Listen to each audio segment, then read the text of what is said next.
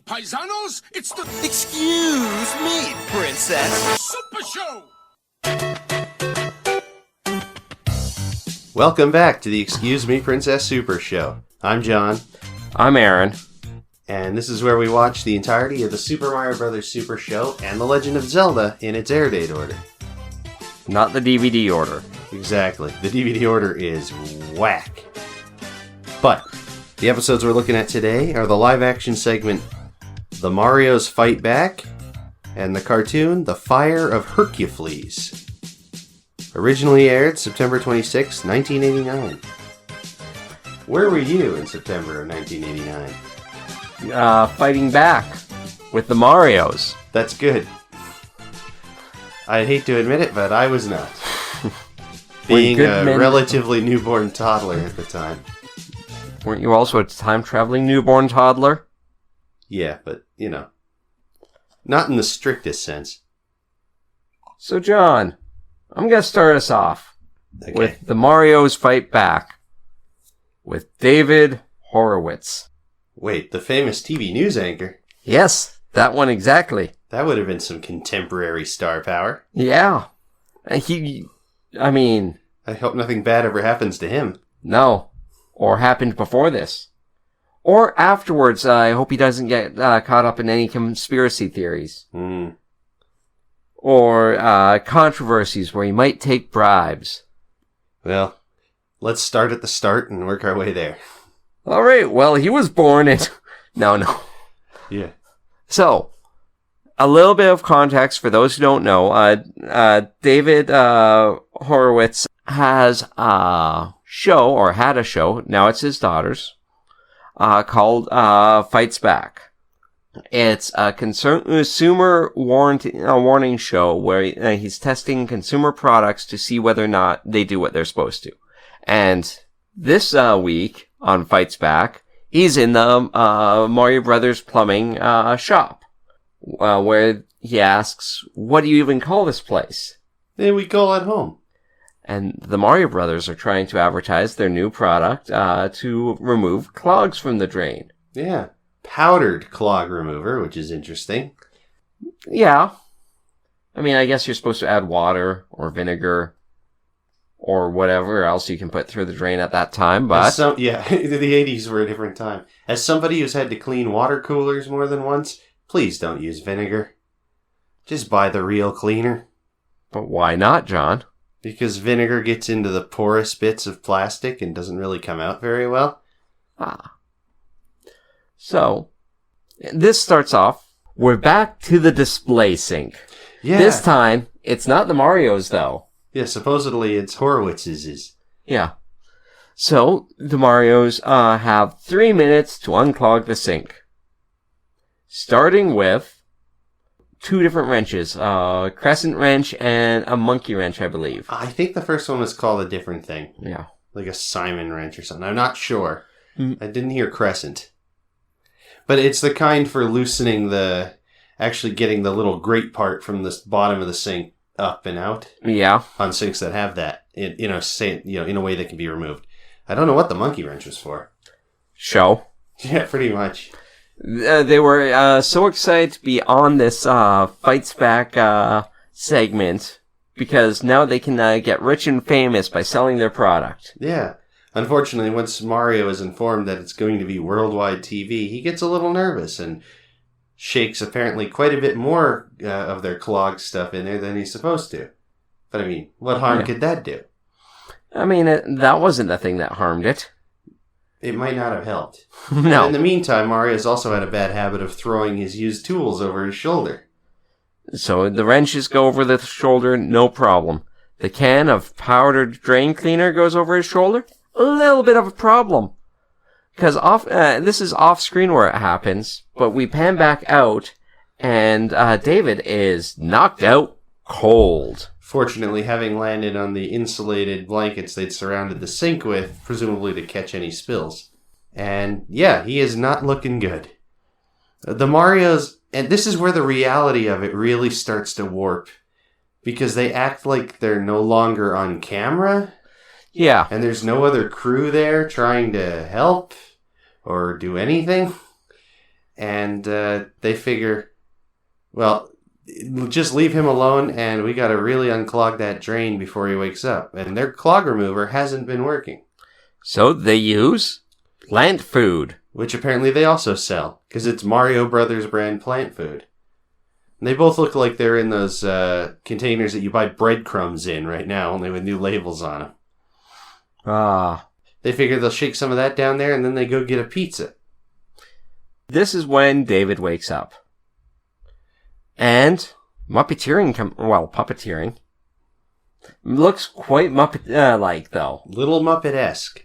Yeah. There's a giant ball of clog coming up out of the sink basin that starts to attack David Horowitz. Yes. While he's trying to find where the Mario Brothers went.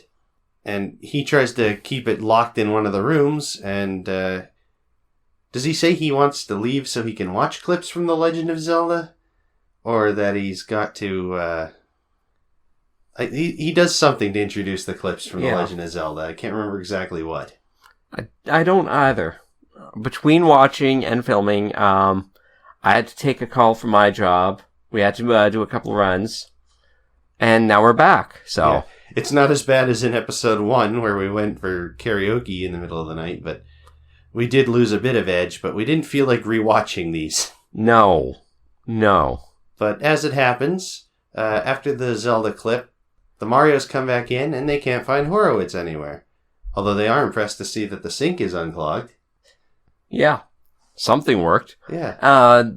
Also, well, the Mario Brothers are completely ignoring it. We can see that the clog is now full-sized. Mm-hmm. The clog has grown into a man-shaped clog. Yeah. Or a man in a ghillie suit. Yeah. Or however that's pronounced. I'm pretty sure it's called suit. Because you don't see it coming. I see. Well, I always see it coming when that prick at Calgary Expo's wearing it. I haven't seen him for a while. Maybe he got a better suit. Oh. But anyway, they eventually notice that this thing is always just out of their eyesight and run away, and that's how the episode ends. And then they do the Mario. Yeah, the brothers Horowitz and the monster all do the Mario. Yeah. It's one of those ones that just sort of ends. Yeah. But not necessarily in a bad way. It's like, because there aren't any more jokes. It would just be, how do we catch this thing? Yes. So, all in all, it was okay. It was very timely. Yeah. It's one of those, it's like whenever you're watching a movie and they use a contemporary news anchor. Only, especially kids probably would have seen their parents watching this guy's show. Trying to figure out if they could use it as an excuse to stop selling them the Nintendo. Yeah. The answer is no. No, it didn't work. They actually have to buy more Nintendos after this. Yeah. But that's just because the Nintendo is a solid product that has harmed no one, unless you include the Virtual Boy. Yeah. And the Wii U. I don't think the Wii U hurt anybody physically. And, I don't know. Their lack of re-releasing lost games. Or their view on digital games where you might lose them. Or closing down shops. Yeah, but... To be fair... That was one of those is on a shop that only a literal fraction of the Switch's user base would have access to. Yes. But you're not wrong. But I mean, after a while, you know, you have to assume they can tell there are so few people using the services, why pay into it? But enough about Nintendo. Let's talk about Mario. And enough about Mario. Let's talk about David Horowitz. Okay, good. Where do we want to start? The good, the bad, his birthday? And let's start with his birthday. It's June 30th, 1937. Okay, now let's talk about the day he died. February 14th, Valentine's Day. Bummer. 2019. Now, let's talk about what he did. I'm Casey Kasem, and now on to the countdown. So, he pretty much did Consumer Reports his entire life. He did star as himself in a few episodes, including one episode of the Super Mario Bros. Super Show, Brothers. Half of this I'm doing just to bug John. The other half, it's becoming a habit because I'm bugging John. Mm-hmm. Also, Silver Spoons, Alf, the Golden Girls, Oh. the Munsters Today, and Saved by the Bell. He was also a regular guest on Johnny Carson. Yeah, that makes sense. Let's talk about something more interesting. So, 2 years, a month, and a few days before this episode, he was involved in a hostage situation. He was the hostage situation.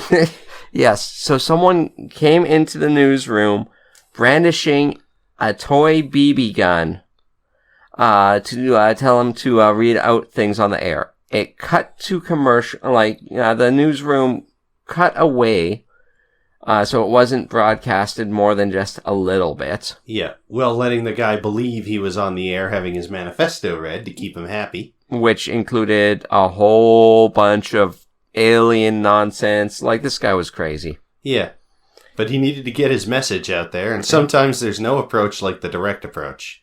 Yes. And because of the fact that the BB gun looked so realistic, this actually pushed Horowitz to start campaigning against realistic toy guns. So, like the Megatron toy. Yeah. And I mean, that was fair play anyway. That was a big push in the mid to late 80s as it was. That's why the Nintendo Zapper looks like a ray gun.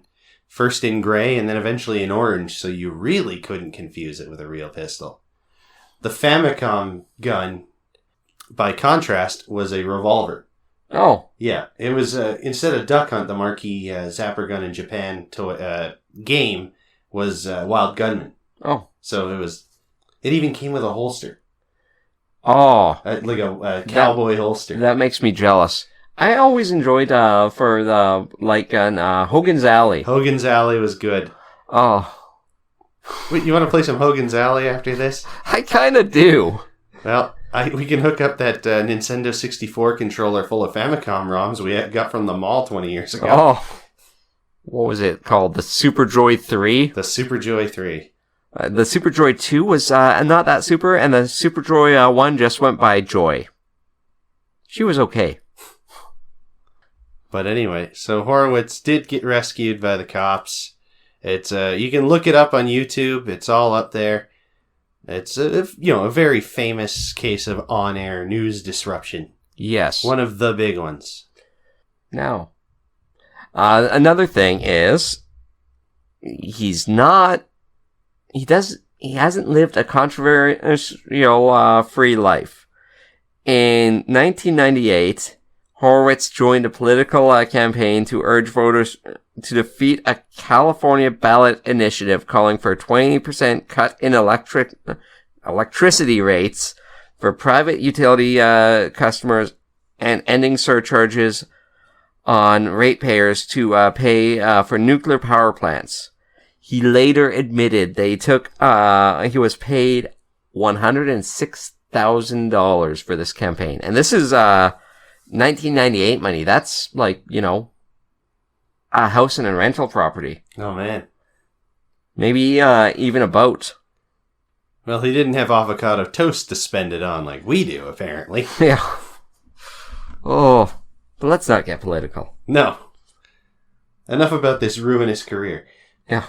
So, as I mentioned, he did die in February 2019. His daughter now owns and continues to work under the Fight Back brand. Well, that's good. Yeah, so his brand has continued to live. The brand started in 1976. With Horowitz? Yes, he was the one who started it. Yeah, consumer advocacy shows are always good. Yeah. As long as you can, as long as you don't smell smoke from it. Yeah. Not like those commercials that pretend to be pharmaceutical ads, but they're literally just ads for Tylenol or whatever. But they have a lady in a lab coat. Is that when you always see the music that goes doo doo doo doo? You know the one? I kind of do, but... Yeah. It always ends up being an ad for toothpaste or something. Yeah. And it's got a spinning CGI model of a human, so you know it's legit. When you said as long as it's not smoking, I thought you were going with blend tech. Don't breathe this. Will it blend? That is the question.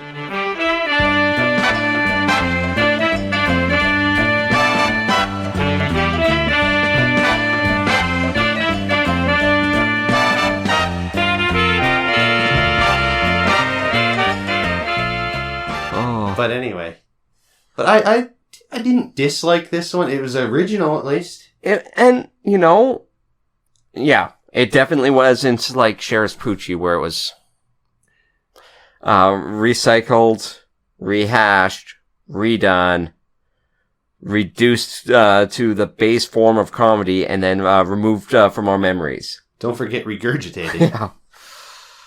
No, this makes sense because it was a spoof of a contemporary thing with the guy who was in it doing the joke. Like, it's a classic case of, I think a lot of these celebrities wanted to be on the show with the Mario because their kids love the Nintendo and, all that stuff. It's just a fun day player gig. Yeah. Pocket a few bucks, be on a kid's show. I would do it. Fight against electricity drops. Yeah. Don't tell them about Edison, who may or may not have been hooking the bros up off the grid. Yeah. Maybe that's what that was all about. Oh. Also, do you think James Murray played the clog? I would be deeply troubled if he didn't. Oh. That's why that display sink suddenly had a cabinet so that he could hide in it. Right. The last one didn't. No, it was just a shop sink. But to be fair, this was... Let's talk about the set. It was a little bit different this time. Well, they cut different angles, at least. Yeah, and different areas. Because they showed Mario and Luigi in a separate area. Did they? Yeah. When they were heading to get pizza.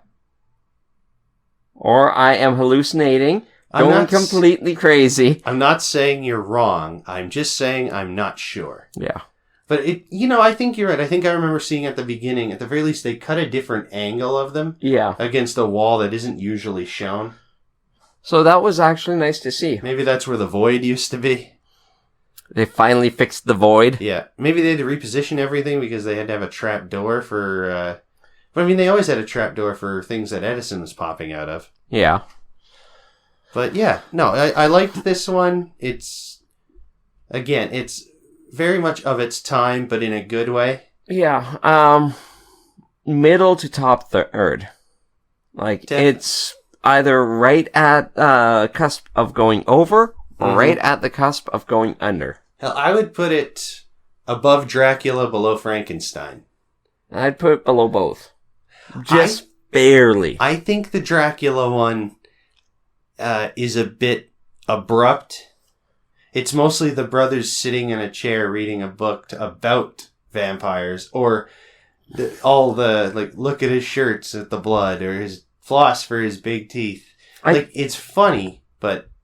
It was the, how to get rid of a vampire? Just ask. That got me to really enjoy that one. So I think that joke alone elevates it slightly higher, because if you ask me to recite any jokes from this, it's like, oh no, Clog comes alive.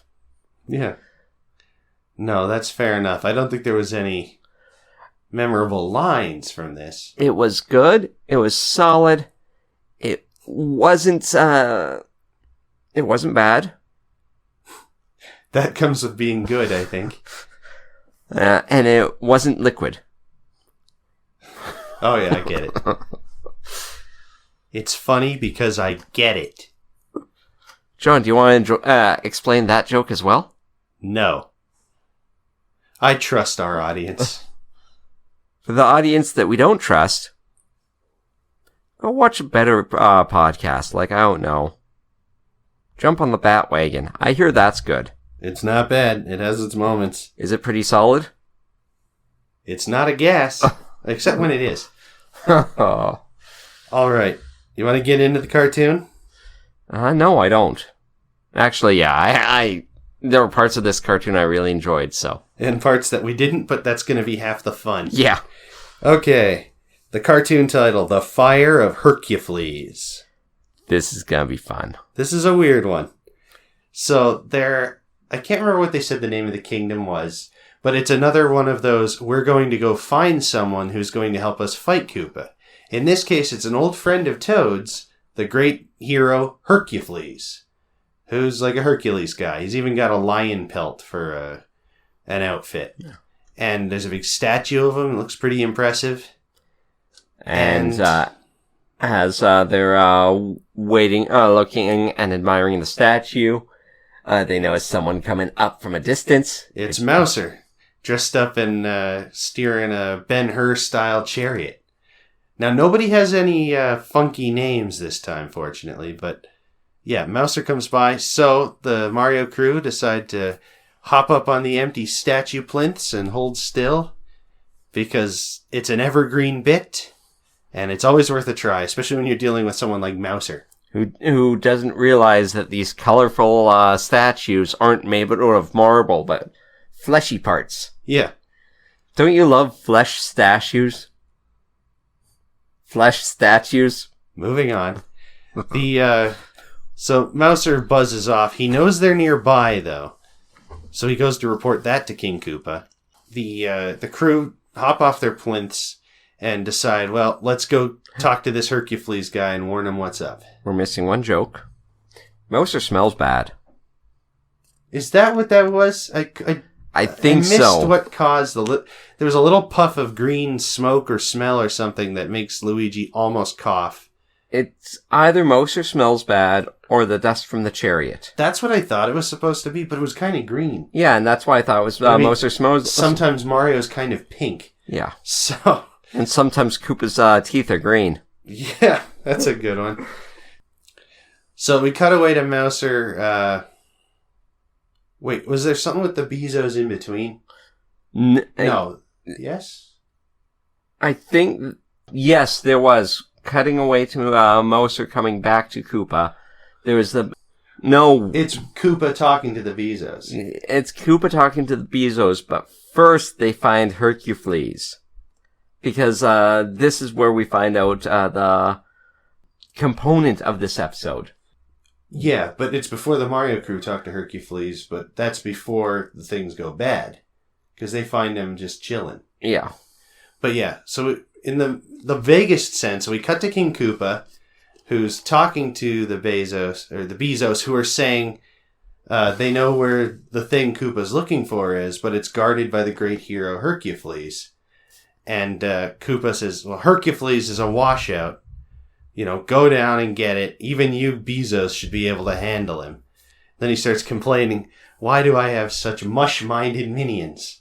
Then Mouser rolls up and says, oh, Mouser, I was just talking about you. Yeah. That was a good bit. And Mouser warns him that the Marios are there. And Koopa is unworried, figuring, well, soon enough he's going to have the great balls of fire that are guarded by Hercufleas, and he'll use that to take care of anyone who opposes him. We cut to the Mario crew climbing a really, really long staircase, making a joke about how Toad has friends in high places. And they finally get to the top, and we meet Hercufleas, who unfortunately is no longer in ring shape. Yeah, he's been, his diet has switched from protein shakes and salads to donuts and beer. Mm-hmm. The salads and protein shakes and beer are all implied. Yeah. But the donuts are not. The donuts are on screen for the kids to see. And, yeah.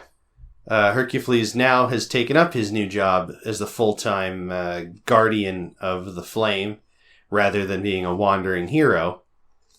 And he at least admits he's not in game shape. He knows that, he's like, look, I'm a desk jockey now, basically. And that's when the Bezos swarm in. Flying Jeff Bezos and his crew return. And this time they're not... Well, they're wearing Roman helmets, but actually they don't look all that different from how they usually look. Yeah. And they give Herc the runaround. The Mario crew do what they can to rout them, but... They get away. They get away, because, I mean, they're flying. Yeah. And they, Hercules falls down the stairs. well, they tie his legs together. Yes. They just spin around, the Empire Strikes Back him. And I can't remember what stops the Mario crew from beating the Bezos. They just get outmaneuvered by them. I think so. There's a lot of them. Yeah, and it was busy. Yeah. So a couple of Bezos managed to cart off with the Great Balls of Fire, which is a big glass urn holding about a half dozen animated swirling fireballs, Mario-style fireballs. Including sound effect. Yeah, they'll play the fireball sound effect here and there, so that's a nice touch. And they're despondent that things went so bad. But Mario and Luigi give chase. And meanwhile, Koopa has the Great Balls of Fire and summons three of them to rain down on the Marios. And they run away like little cowards. Uh-huh. Which, I mean, They're fireballs. I would run from a fireball too. Yeah. And they were smart on this. Yeah, they jump into a Roman fountain with a very well-endowed statue pouring water from an urn, and they hide in the water, and then only resurface to spit water at it from some pipes they just happen to have, which they happen to have the whole episode. Yeah. Or the rest of the episode. And it scares the flames off, being spritzed at. It doesn't put them out, but they do leave. Yeah. And Mario congratulates Luigi for using spit. Yeah. And Luigi says, we're going to need more than spit. With these Great Balls of Fire, Koopa's unstoppable. Oh, yeah. And then Mario says something that almost makes sense. Well, we unstop the stop so we can stop the unstoppable. Yeah. Something like that. Something like that. And, yeah. So what they decide what they're going to do is to get Hercufleas back in hero shape by running him through the same rigorous training they do at the Brooklyn Plumbers Academy. Put a pin in that one. But, I mean, you can't argue with results. As dumpy as the Marios can look sometimes, they can also jump like 7 feet in the air. Yeah. So, they start, we have a You're Gonna Fly Now montage with a pretty convincing sound alike. With some Romany instruments. It actually could have been from the Hercules cartoon. We thought this is where the cover song was going to be, but it's not. No. And Herc is doing things like trying to do Climb stairs. which is not going well. Chin-ups, with Toad originally starting by pushing him up. Yeah. Trying to do some jumping jacks or jazzercise with the princess, but that's not going well either. But gradually, over the course of the montage, he does better and better and gets svelter and svelter. Yeah. And eventually he's doing chin-ups and pulling Toad up with him and making it up to the top of the staircase before Luigi's stopwatch hourglass, which is literally just an hourglass with a button on it, is done. And yeah, before long he's ready to go and help them face King Koopa. We forgot really to describe Hercufleas besides muscular. He's got a hair and beard that look a lot like the Disney version of Zeus, only red and shorter. Yeah. But in that curly, weird Roman lock thing. And yeah, so they decide it's time to go get that flame back. This is where we're going to take a quick moment to talk about the cover song. It will be in just a moment. Yeah.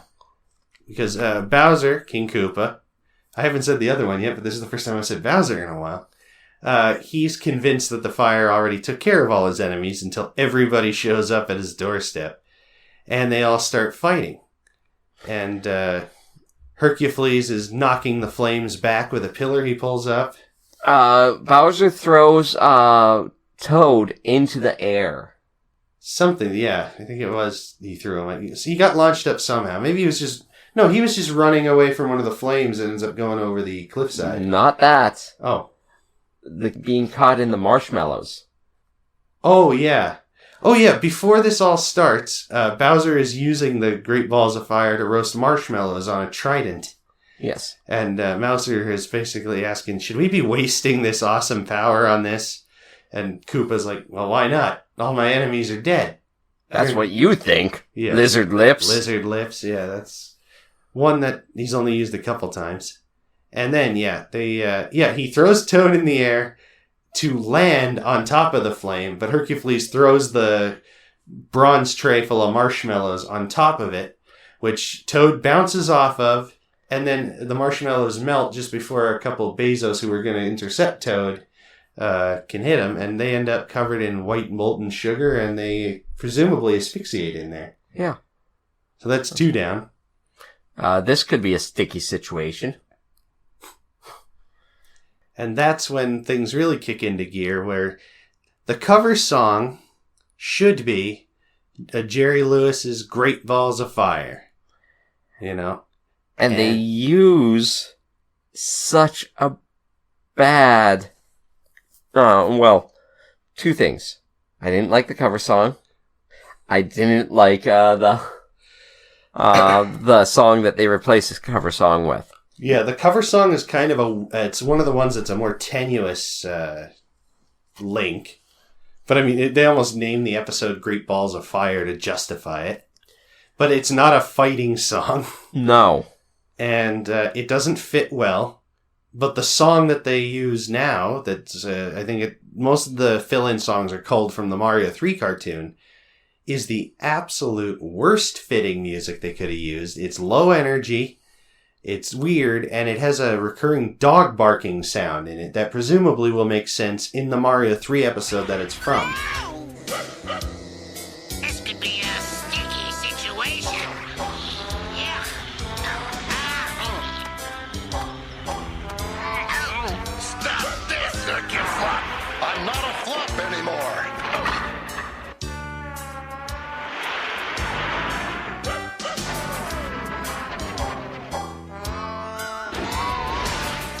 And it's slow and plodding and awful. And I mean, you know, there's the action beats in this fight scene are adequate anyway, but we watched it with Great Balls of Fire, and it's one of those ones that does not really improve it. No.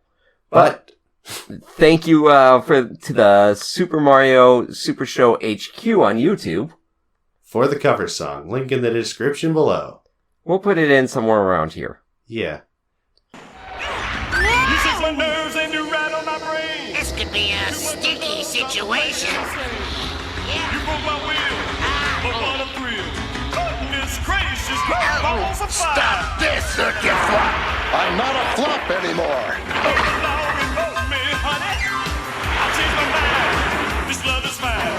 Goodness gracious, great balls of fire. But in the meantime, Toad is running away from one of the magic fireballs that's chasing everyone, while Hercufleas is bouncing them back at King Koopa with a pillar, and the Mario Brothers are bouncing them back with those pipes that they had. They keep lead pipes in their overalls in case they gotta bash somebody. And Toad slips off the cliff face, because they're high on, like, a... Mountaintop. Yeah. Mount Olympus. Some kind of or like the...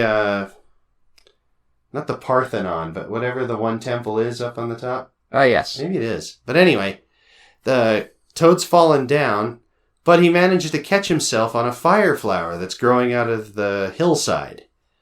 And like with the Mario Brothers, not only does it give him the fireball power, but it turns him into a Super Mario character, Super Toad.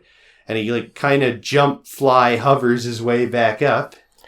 And he starts fighting fire with fire. Yeah, he starts Hadoukening Bowser's Hadouken. And Bowser is the one who misses the quarter circle first. Yeah, it happens eventually. Bowser accidentally does a dragon punch, and that loses it. Yeah. And this is the second episode in a row where Toad uses a power-up and helps save the day. And eventually, Bowser runs out of the Great Balls of Fire from the glass urn. And he says, well, the Great Balls of Fire are history, and so am I. And basically cuts and runs. He calls up, he said, where's my escape chariot? And Mouser rolls up. So he's running down the road, something, see you later, faucet freaks, something. And make sure to like this episode on YouTube, something. Yeah, smash that like button. If you can give us 5 stars on any podcast streaming services that have ratings, that would be fantastic to help us climb the ladder, something. Yeah, obey King Koopa. Yeah. 2 can play at that game, and I know how to cheat. But Hercufleas is distraught that the flame has gone out and all their hard work was for nothing. But Toad relights it with the fire flower. And it's like that, you remember that episode of King of the Hill with the Olympic torch? With a cigarette? Yeah, Bobby, because Dale lights his cigarette from the Olympic flame, and Bobby uses that as a loophole to use the cigarette to relight the torch. Yeah. That was a great moment for Bobby. And a great moment for Dale. Don't worry, Dad. I'm coming as fast as I can.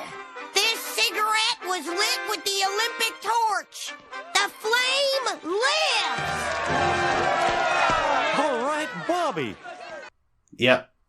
Yeah, they really they were clutch. And same with Toad here. He relights the flame, and it's burning brighter than ever. They put it back where it goes, content in the knowledge that as far as Koopa's concerned, the flame's been extinguished. So he's not likely to be back.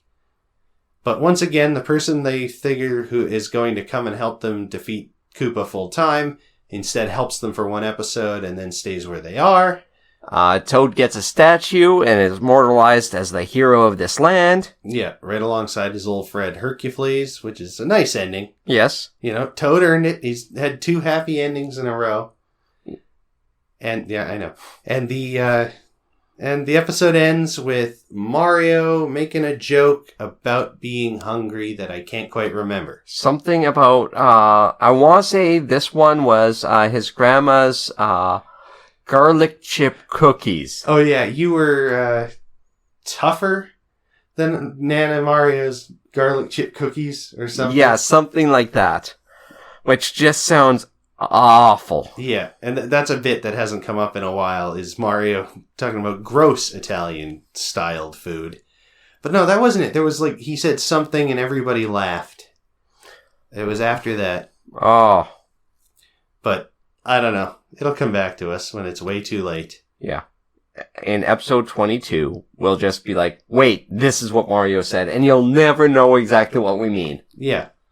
And yeah, that was the Fire of Hercufleas. Definitely a step down from the Toad Warrior, but not bad. No. The animation was a huge drop-off. The music synchronization was awful as well. Yes, it was. The music choice was awful. The music choice was also awful. Mm-hmm. I wasn't fond of the music choice either. No. And there's an animation error where every time Koopa's lip flaps hit a certain spot, his right fang would turn the same color green as the rest of his face. He really needs to brush that tooth. Yeah. But no nose ring, so that settles that. And yeah, it was... it wasn't the worst. It was definitely filler. Yeah, I would definitely call this filler. It wasn't the worst episode that we've seen. It wasn't the worst Mario episode we've seen. I think it's still better than Cold Spells. From Zelda? Yeah. Yeah. Just because Cold Spells is such a hackneyed bit with the spring cleaning. Yeah. Everything else is fine. If they had found a different way to ease into the, Ganon overclocks Sprite's magic to cause chaos and slip in the back door to get the Triforce, that's all fine. It's just the hackneyed setup of playing sick to get out of chores seems like a bad starting point. Slips in the back door, you say? Yes. Okay, good. We're gonna need more than a spit. Uh-oh, hot dog! We'll cut that. But anyway. Or it will be a TikTok. Maybe. Or the name of the episode. Yeah, the name of the episode is Don't Forget to Follow Excuse Me Super Show on TikTok. But anyway. Oh. Yeah, pretty good as far as these type of episodes go. Way better than Mario's Magic Carpet or Butch Mario, which I didn't mind, but definitely better than Butch Mario. But nowhere near some of the other ones. Yeah. It's no Rolling Down the River. Definitely no Toad Warrior. No, certainly no Brooklyn Bound. No. Or The Pilot. Well, for me, it's, you know what? Yeah, you're right. Looking back at Brooklyn Bound, I was a little harsh on it when I reviewed it, but looking back, I enjoy it more and more as I watch more and more crap. Yeah, well, whenever the show slips back into this bit, Yeah. which is, at least it's not a full-on parody of something outside of Hercules. But I mean, he's just a character in it. They don't have to do the 12 labors of Hercufleas to beat King Koopa, which probably would have been better. I'm just glad that they beat Disney from zero to hero. It's true. Although it still didn't come to air before that 60s Superman, or 60s Hercules cartoon that helped inspire the way the DCAU Superman looked. But anyway, getting into the cast, it's just the regulars. And I had another case of thinking it was Harvey Atkin when it was John Stalker. You really should stop doing that. Yeah. Well, that's twice, and 2 is too many. So, Captain Lou Albano as Mario, Danny Wells as Luigi, Jeannie Elias as Princess Toadstool, John Stalker as Toad, Mouser, the Bezos, and Hercufleas, which I was so sure was a Harvey Atkin voice. Just like when John Stalker was the voice of Mark Twang, I was so sure it was Harvey Atkin. are you sure these people aren't just messing up their jobs? It's hard to say because it's one of those cartoons that just puts a pile of names on the screen without attributing them. And Harvey Atkin is King Koopa. So no additional voice actor notes, everyone's the usual folks, and they all do a pretty good job. And you've been slacking on the writer role recently. Yeah, because they've all been returning. These ones are new until the other 4 times they show up. But this is fun. This is written by a duo, Mark McCorkey and Robert Schooley, otherwise known as Bob Schooley. And they, as a pair, they've written plenty of shows, more in the late 80s or into the 90s and 2000s. But more notably, they're executive producers on Penguins of Madagascar, Monsters vs. Aliens, Big Hero 6, the animated series, and most importantly, they're the creators and executive producers of Kim Possible. Kim who?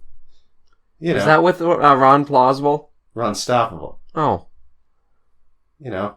I do know. Yeah, it's Kim Possible. It's one of the biggest cartoons of its era for a little while. And yeah, these are the guys who created it. And yeah, they're also head writers and executive producers of it and quite a few other shows. But once in a while, they would just slum their way down to write episodes of stuff, including 4 more episodes of the Super Show. So we'll be seeing more from them, and we'll see what kind of style they hammer out. You know, if it's like this, I don't mind. No, it's a good stay the course. But we'll see what they come up with. So in the meantime, I guess we should get into the ratings. And I'm going to let you start, because that gives me time to open up the rating sheet. All right. With this one, I enjoyed it. I enjoyed making fun of it. I enjoyed the fact that the music was awful. Yeah. It's kind of a weird, it's like, wow, the music's been pretty good in the last couple. Oh, right. Sometimes it's shit. Yeah. That's gonna be a bleep. Yeah. Sometimes it's bleep. That's gonna be a shit. You're just making more work for me, because I'm gonna have to edit this one, aren't you? We'll see. We're still ironing that out, too. Yes. So, how would I rate this? Oh, God. I don't know. 5.55. Repping toads. Oh, okay. Repping toad. Yeah. I had to think about that for a second. Spotting toads would have been good, too. Because it's like spotted toads. 5.5 repping toads. And I'm going to give it a solid, probably 6 marshmallow suffocations. Ah, nice. Oh, yeah. I always say marshmallow, but it's mallow. Are you sure it's mallow? I've always said mellow. Yeah, well, we're not like Spock and calling it melon. Marshmallow? Yeah, that's from Star Trek V. It doesn't make sense because they cut the part that explained it. Oh. Yeah, it's a whole thing. But then we'd have to think about Star Trek V, and we've got better things to do. Is that the one with the whales? No, that's the one that that Shatner directed. This is when they're camping in Yellowstone. The good part of the movie, where everyone's on shore leave and stuff. Gotcha. So the first and last 5 minutes. Okay. You can reach out to the show at excusemesupershow@gmail.com. You can send us off tweets on X at Excuse Me Sup Show. We're also on Blue Sky at Excuse Me Super Show. Facebook at Excuse Me Super Show. And, of course, leave comments on the YouTube version. And TikTok. Well, yeah, you can leave comments on the TikTok, but, you know, at that point, you're gilding the lily. But we appreciate it for engagement. If you do come here for TikTok, let us know so that we can continue providing excellent content on TikTok and bring more people in. Yeah. If you came here from TikTok, smash that like button. Yeah. Like, comment, and subscribe. Please, for God's sake, help us. Now on to the predictions. Okay, the live action segment is called Magician. Oh. Is this the return of Magic Johnson? No. No, it isn't. Wow. I did end up seeing both of these, so I won't be guessing anyway. So I'm thinking with Magician, it is going to be Mario and Luigi are actually learning magic from Merlin from Camelot. In live action. Yes. Before they met him. Yes. Because the entirety of the live action segments take place before they find the secret warp zone while working on the drain. At the end, he's going to remove their memories. Oh, fair enough. It's going to be off screen, but it's going to be implied heavily through more lore episodes. And also, the guy they met is Mervyn, the magician. You're right. In Camelot. So they can meet Merlin and it's still not break the continuity. Wow, we should be Star Trek writers. We're really good at untangling a mess that we made. Yeah.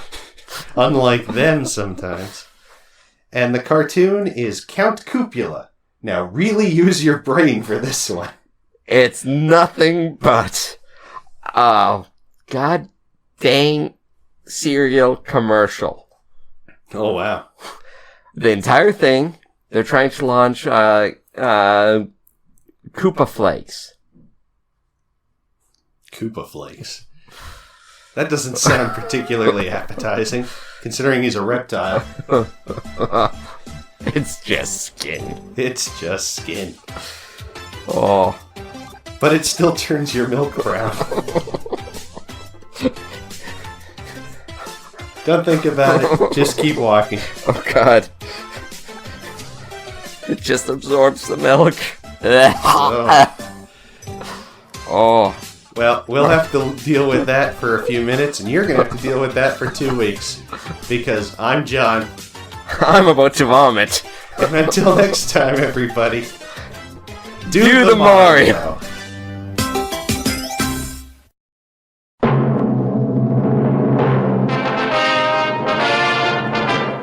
Hercules, hero of song and story. Hercules, winner of ancient glory. Fighting for the right, fighting with his might. With the strength of 10 ordinary men. Hercules, people are safe when near him. Hercules, only the evil fear him. Softness in his eyes, iron in his thighs. Virtue in his heart, fire in every part of the mighty